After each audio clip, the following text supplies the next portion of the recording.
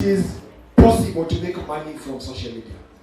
Right now, when the president got into power in 2023, one of the things he did was to negotiate for monetization of social media. Today, Facebook pays more than it pays in most African countries in Kenya, just for using your Facebook. On another day when they invite me, I'll show you what I make and what other accounts make that I manage. Twitter has started paying for using Twitter. In fact, from May this year, Twitter has paid very serious money to Kenyan creators. TikTok is still on peer-to-peer payments, but very soon we're also going to engage them. There's a guy who runs them from South Africa, and we are going to engage them to start monetizing like they do in other countries. I need to teach you just one thing, that you go Google until when these meetings are organized. Let me mention to you what Twitter paid me last, because I'm waiting for December. The last one I was paid was November. Twitter paid me 1.1 million shillings. So it is possible to make money and make a living from social media. And by the way, my last tweet I think was before Christmas. It is not how much you tweet, it is not what you tweet. Okay, it's about what you tweet and also about how you do it. So now, if you spend the rest of your time on social media, on what we call negative algorithm, you will get very many views, but very little pay.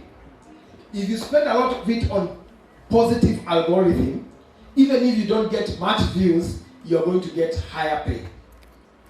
Negative algorithm is good when you are looking for followers and views, kukua celeb. But positive algorithm is good when you want to pay some fukoni. The choice is yours. Where do you want to be? The other thing you need to understand, the more you do negative social media, the more brands don't want to associate with you. What you have watched here is a very positive movie. And that will be my last point. Probably what we need to invest in, and I've heard what they have said, is for us to consume our own content. As opposed to us just looking at Netflix. What about starting our own Netflix as a country? Why not? Where we put our movies and people buy them from there. So maybe it's something we need to talk about and also push more about. Introduce, I know there was a campaign for villager, where people say I'm a villager. I know there was that campaign. Lakini in film, differentiate your art and the politics. Mukunji hapa atachapa siasa yake, mimi nitakuja nichape siasa yangu, Mondiji atachapa siasa yake. In the next election, it doesn't matter how you vote. All of us here will survive. We will be something. Either I will be in the opposition or I will be in government, but I will be somewhere. The film industry cannot go the political way. Clap for the politicians, clap for us, cheer us, but avoid us when it becomes selfish, when it becomes to your art. So don't buy into this villager campaign, because what I saw, we are trying to village the entire story. Please adapt other places. I'm saying that because, as seen in Nairobi, I have a big office in Nairobi. I can give you that office Saturday and Sunday to shoot your movie. Iko na compound, iko na lake, iko na driveway, iko na maofisi. So if you, and I've seen most of your movies around that, you can make one of the offices a bedroom, a house. So actually, when I watch this, other than the road, the nice city background and whatever, I can provide my office for free. And that saves your entire location cost. Now, ukikuja kwa office yangu, I then can provide you with lunch. So lunch cost inatoka. I can then able to provide you with security. So you're able to hire a few things, few props. Kwa sababu utapigia Kenya Cultural Center, niwaambie niko na watu wana shoot, can you provide the following sets? But all that can only be done when you become selfish about your art and trade. Maybe if you know, let's assume tomorrow I'm not in government. I can assure you I will be in opposition and I will be doing very well. When I'm not in opposition, I will be in government. I know how to survive. I have done this for many years. I know exactly where to position myself. Please also position yourself and survive. As for abductions, I have been arrested for nothing really, just for politics. I've been arrested, I've been abducted, I've been tortured, I've stayed in hospital having been beaten badly by people who had no idea what social media is about. I therefore identify when people say that the users of social media should not be subject to arrest, but should be subject to some form of self-regulation. We who come from a media background, we refused state regulation and instead adopted self-regulation. But it was self-regulation by government because we created Media Council that is employed by government and whose budget comes from government. But it is media watching itself. You social media users, it is about time. Forget about me in government. I can assure you, I will always tweet and defend President William Samoei Ruto. Because I work for government. And not only because of that, I believe in what we are doing. I will not go into what we're doing now, but the things that people say don't work, a majority of them work. I've just come, I come from Nyumete Kirinyaga, by the way. So I've just come from Kirinyaga, so I come from Kirinyaga. So I've just come from there, and the people who have seen me from Christmas at home are telling me my bill was paid. Someone says 20,000 was paid. There's a social today who came over with a cuckoo to say thank you very much for refusing to come to my medical Rambe and telling me to register for SHA. I registered, I had a bill of 45,000, SHA paid 42,000 shillings. So SHA works. It is not guesswork, it's real. It's not me saying, it's people who came to see me. However, that's not my point. My point is, spend a lot of more time. You know, when I went to Sunday school, they told me, you have two choices. To believe in God, therefore if you die and meet him, you're okay. Or you can choose not to believe in God, and when you die and you meet him, you have an explanation to make. The same thing with SHA. What's the big deal? Have SHA, mgonjwa. At that point, you will make a determination whether it works or not, but register. I have said all those things because I want now to sit down to encourage, to say that abductions have no place in this administration. The president himself has spoken about that issue today. I hear the challenge that that the government must know where these people are. But Mukunji, to be fair, there were about 15 robberies in Embu yesterday. I know that because I passed by the Embu police station to say hi to a friend of mine who was transferred here. And I asked him what, I was looking at the OB, there were 15 robberies. Those robberies happened even if government is there. Even if you are the MP, you don't know all the robberies that were done. However, after they were done, there is an investigation. So yes, I would not be a denier of maybe kidnappings happened, maybe there was an abduction.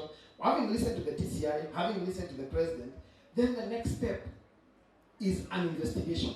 And I know I was abducted, and I know you cannot, I know at that point of desperation and the point of abduction, everybody wants results yesterday, not even now. They want to happen. Our person must be produced yesterday. But please give it time. These people will be out. We had a case here 3 months ago where people were somewhere, they had disappeared for 3 months, but they were found alive. And those people, when they were given a microphone to speak later, they spoke of some place where they were hidden. They spoke about some place where they didn't say they were tortured. They said they were not tortured. They said they were not harassed. But they came out alive and their families found them.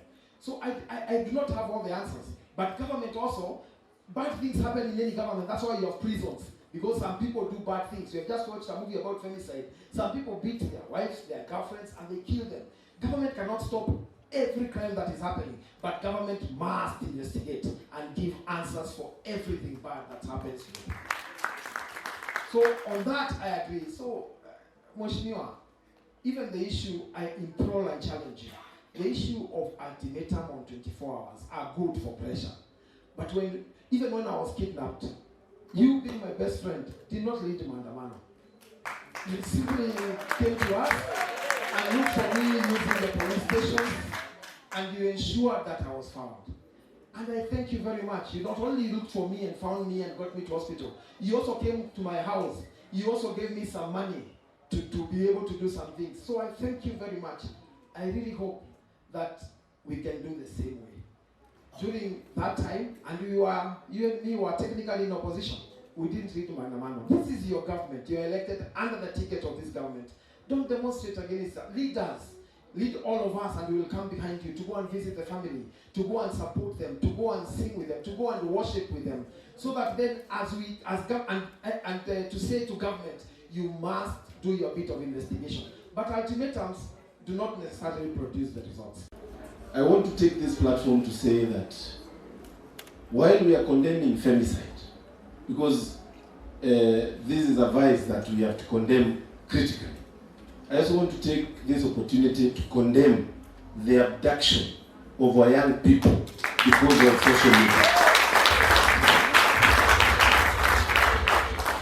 Today, as we are here, Dennis, a young man by the name Billy Mwangi, we don't know where he is. His parents don't know where they are. Don't know where he is. Billy is a young man of 24 years. From the history I've been told by the father, he is a brilliant young man that schooled here in Lyons, then went to Birori High School, and he went to the university. I just want to call upon the government. I have listened to the president, I have listened to the DCI, I have listened to the police, NPS, National Police Service. We will not accept an answer that abduction can happen and we don't get an answer. We will not accept that. I will not accept that. The government knows where that young man is. And tafadhali, because I also want to condemn issues of using social media in a bad way. But there is the rule of law. When you make a mistake, you have to be taken to court and you have to be charged. But you cannot be abducted. You cannot be abducted. You know, I'm saying this because Dennis also has gone through this. I have walked with him the journey of abduction. And I remember at one point when we were at some police station in Parklands, asking where Dennis is, we put a lot of pressure until we found Dennis. Please, we have to get Billy Mwangi alive and unharmed, because that is the minimum we can get. He is a young man. Today we are talking of Billy Mwangi. Tomorrow we might talk of Gitonga Mukunji. Tomorrow we might talk of Njoki. Tomorrow we might talk about another person. And I want to say this. Anybody with a kid knows the pain of just bringing up a young man, then he gets lost. Even the president himself has sons and daughters. Let's walk. These guys, I would rather even they are taken to NYS for changuvu kama wamekosea serikali. Lakini, while we are condemning the use of social media in a bad way, we have to ensure we feel safe in this country, and we cannot have these young people disappearing the way they are disappearing. Now, I've used this platform because this is a platform for young people. And please, we have given police 24 hours to produce Billy Mwangi safe and sound. Because when one of us is armed, the rest of the people are also armed. So, tafadhali, Dennis, you know the game very well because you have gone through this. And I want to advise leaders, because myself, I also get a lot of issues in social media.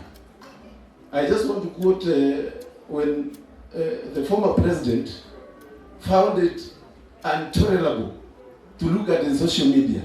He left social media. Alitoka akafunga hizo account zake zote.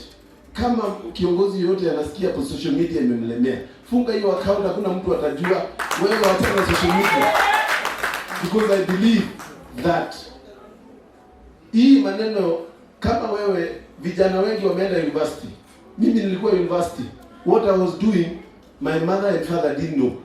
If I got into the wrong issues, niingie pale nianze kuongea baya, wazazi wafai kuumia kupoteza mtoto wao.